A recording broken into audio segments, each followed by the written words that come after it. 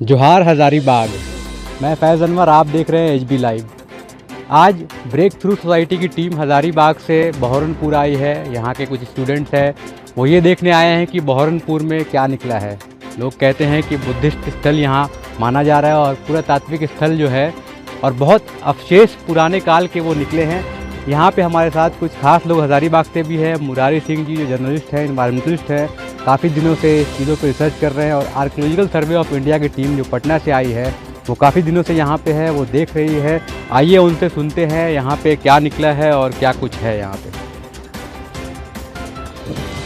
तो मेरे साथ अभी वीरेंद्र जी हैं जो आर्कियोलॉजिकल सर्वे ऑफ इंडिया के हैं, और साथ में मुरारी जी भी है और भी लोग हैं जो जुड़े हुए हैं यहाँ से।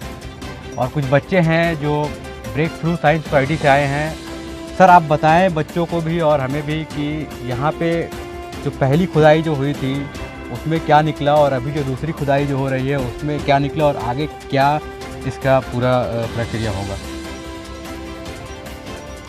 ये जो आर्कियोलॉजिकल एक्सकवेशन इसे कहते हैं, जो इसमें एक्सकवेशन स्टार्ट हम लोग जो एक्सकवेशन चल रहे हैं उसको आर्कियोलॉजिकल एक्सकवेशन कहते हैं, पुरातात्विक उत्खनन। जिसके इस प्रोजेक्ट के जो डायरेक्टर हैं डॉक्टर राजेंद्र देहरी जी हैं, जो वर्तमान में अधीक्षक पुरातत्वविद पटना के उत्खनन शाखा 3 के हैं। इस टीम में मैं और डॉक्टर नीरज मिश्रा और अन्य आर्कियोलॉजिस्ट दिनेश कुमार और आशीष जी हैं। इसके अलावा हमारी टीम में ड्राफ्ट्समैन, सर्वेयर्स और कुछ स्टूडेंट जो रांची यूनिवर्सिटी से हैं वो पार्टिसिपेंट हैं यहाँ पे, जिसमें मिस्टर भगत जी हैं जी, और एक छत्रा है जिनका नाम सुनीता पांडे है, वो भी यहाँ पे काम कर रहे हैं। तो ओवरऑल ये हमारी जो एक टेक्निकल टीम है। इसके अलावा इस गांव से हम लोगों ने ग्रामीण मजदूरों के साथ इसकी खुदाई प्रारंभ की। 2019-20 सेशन में हम लोगों को जो लाइसेंस प्राप्त हुआ था उसके तहत जब हमने खुदाई प्रारंभ की, उसमें मुख्य रूप से एक छोटे बुद्धिस्ट श्राइन का कम्प्लेक्स मिला, जिसमें मुख्य रूप से मेन श्राइन है और उसके साथ सर्कम्बुलेटरी पाथ है। यहाँ टेक्निकली अगर बोलें सर्कम्बुलेटरी पाथ तो आपको जो मंदिर के किनारे जो बना हुआ प्रदक्षिणा पथ होता है, जिसमें हम लोग पूजा करने के बाद या परिक्रमा करते हैं, उसको प्रदक्षिणा पथ कहते हैं।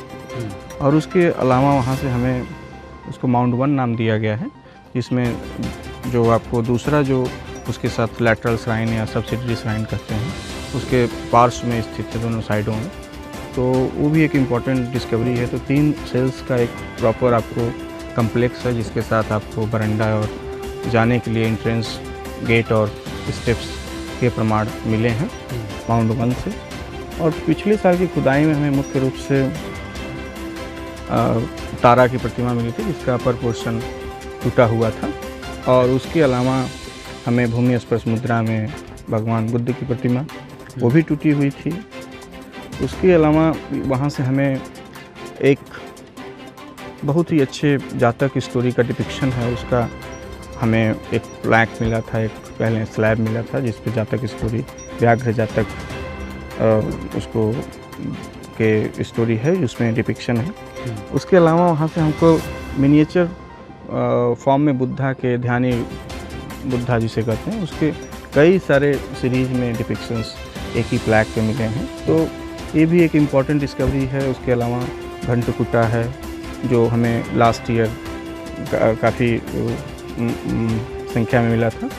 और उसके बाद हम लोगों ने इस गांव के लोगों को एक अवेयर करने के लिए, यहाँ के स्थानीय लोगों को, विद्यार्थियों को, यहाँ के लोकल्स को एक तरीके से जन जागरूकता के तहत हम लोगों ने यहाँ पे छायाचित्र प्रदर्शनी भी किया था, फोटो एग्जीबिशन जिसे कहते हैं, वो किया था। हम लोगों ने वहाँ पे बच्चों को पार्टिसिपेंट्स के रूप में ड्राइंग कंपटीशंस और कुछ उनके इंटरेक्शन कल्चरल एक्टिविटीज़ कराए थे, ताकि लोगों के एक जहन में बात पहुँच सके कि आर्कियोलॉजी क्या करती है, आर्कियोलॉजी का क्या पर्पज़ है। क्योंकि एक्सकवेशन एक पार्ट है, उसके अलावा हम लोगों इसका अवेयरनेस प्रोग्राम भी चलाते हैं, जिसमें हम लोगों को अवेयर करते हैं, ताकि एक जो हमारी पीढ़ियाँ हैं या आने वाली पीढ़ियाँ हैं, उनके जहन में, उनके मन मस्तिष्क पे बात छप जाए कि नहीं, किस तरीके के हमें अपने हेरिटेज का सम्मान करना है और हमारी हेरिटेज जो है कैसे महत्वपूर्ण है। क्योंकि इतिहास संरचना तो एक इम्पॉर्टेंट एस्पेक्ट्स हैं।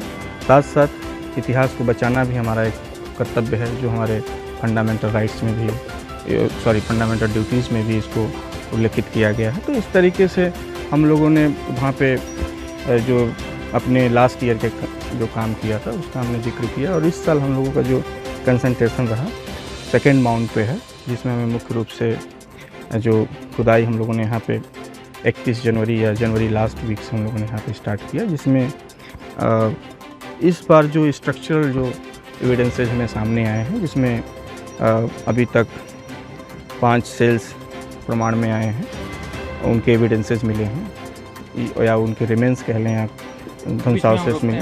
जी, सेल्स मतलब थोड़ा उसको ज़बरदस्त बताइए। जैसे सेल्स का यहाँ पे जो मतलब है, यहाँ पे कक्ष से मतलब है जो आपको छोटा कक्ष है, जिसमें आपको उनके अंदर भी किसी में मूर्तियाँ प्राप्त हुई हैं, जैसे कि आप सामने वाले सेल्स में देखेंगे, जिसके साथ यहाँ पे भी प्रदक्षिणा पथ लगा हुआ है। तो इसको भी हम लोग इस श्राइन कम्प्लेक्स का मेन श्राइन या मेन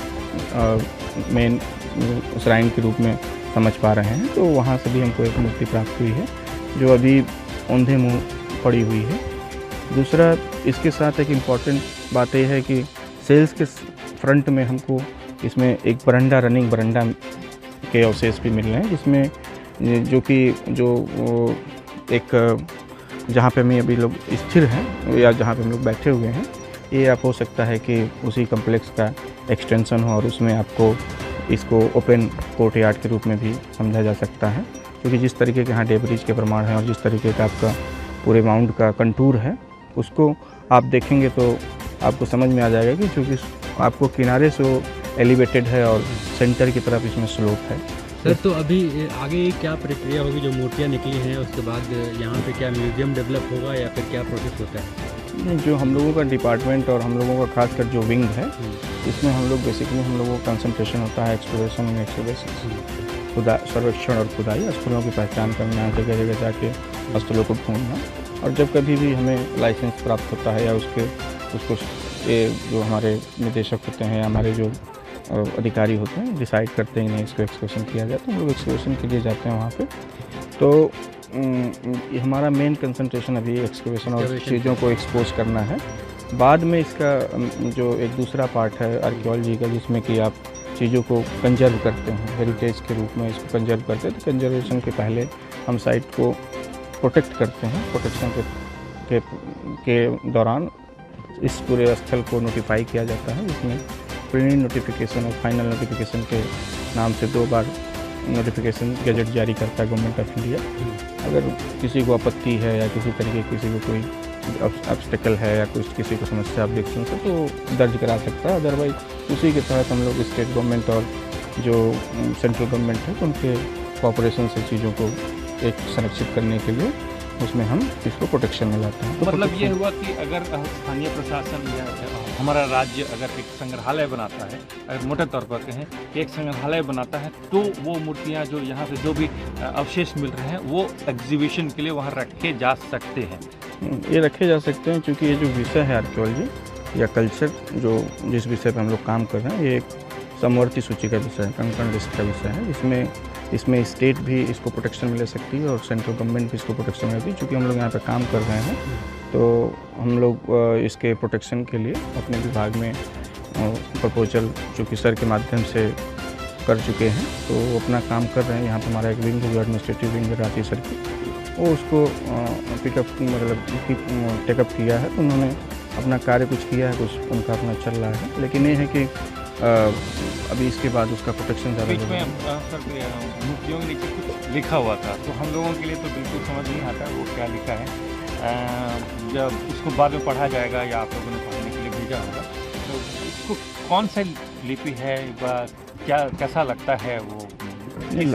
इस संदर्भ में अगर एक बात बताएं आपको, तो इसके पहले भी हम लोगों को मूर्तियाँ प्राप्त, एक स्लैब था जो इंस्क्राइब्ड स्लैब है, जो प्राप्त हुआ था, जिसको हम लोगों ने अपना एक विंग है, एक्सपर्ट विंग है जो मैसूर में है, उनको डिपार्टमेंट ने भेजा था। तो उन्होंने उसको डेट भी किया था। तो उसको आपको 9th-10th सेंचुरी एडी का बताया था कि जिस तरीके की लिपि हो 9th-10th सेंचुरी एडी में प्रचलन में थी। तो ये एक, हाँ, ये उस समय की 9th और 10th सेंचुरी एडी के हाँ, उस समय का जो उसकी पहचान जो की गई लिपि के आधार पर, वो बताते हैं जो एक्सपर्ट ने जो रिपोर्ट दी थी उसके आधार पर।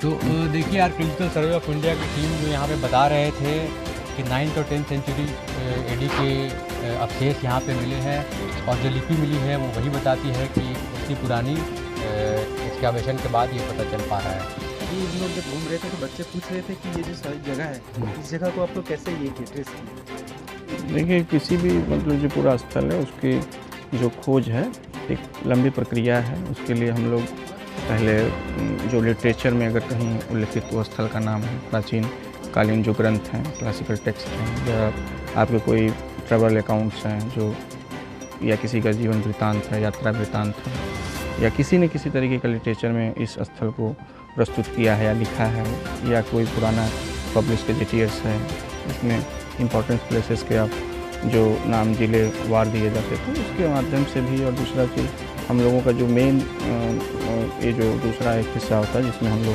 सर्वेक्षण करते हैं अपनी टीम के साथ, तो उस टीम जो जगह जगह जाती है और वहाँ पता करती है कि ये स्थल यहाँ पे कोई ऐसा प्राचीन स्थल तो नहीं है। या हम लोग जब जाते हैं कोई एरिया जहाँ टीला होता है वहाँ पे देखते हैं कि कोई ऐसे इंडिकेटर्स जो आपको दिख जाते हैं, जैसे कि आपको ब्रिक बैट्स होंगे, पॉटसट्स के कुछ टुकड़े होंगे, या फिर आपको कुछ ऐसे ऊपर सरफेस फाइंडिंग में कुछ कहीं रनिंग दीवार की स्ट्रक्चर या उसके प्रमाण दिख जाते हैं, तो वो दूसरे से वैरी करता है, दूसरे स्थलों से या दूसरे जगहों से उसका एकदम डिफरेंट नेचर होता है। तो उस तरीके से हम लोग आइडेंटिफाई करते हैं।